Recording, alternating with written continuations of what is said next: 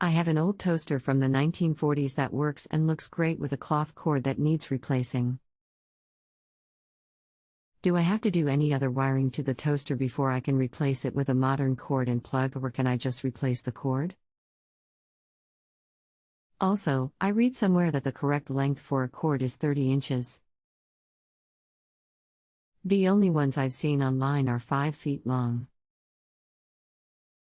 I'm pretty sure I need an 18-gauge heat-type wire. Do you know where can I purchase a replacement cord? Hello and thank you for using this service. Here is a link to a site that specializes in vintage toasters and replacement cords for them. Click here, otherwise you can go to any hardware store and buy a generic cord to wire into the unit. Try to get a 16-gauge cord if possible. Do I need to do any other wiring to the toaster before replacing the cord?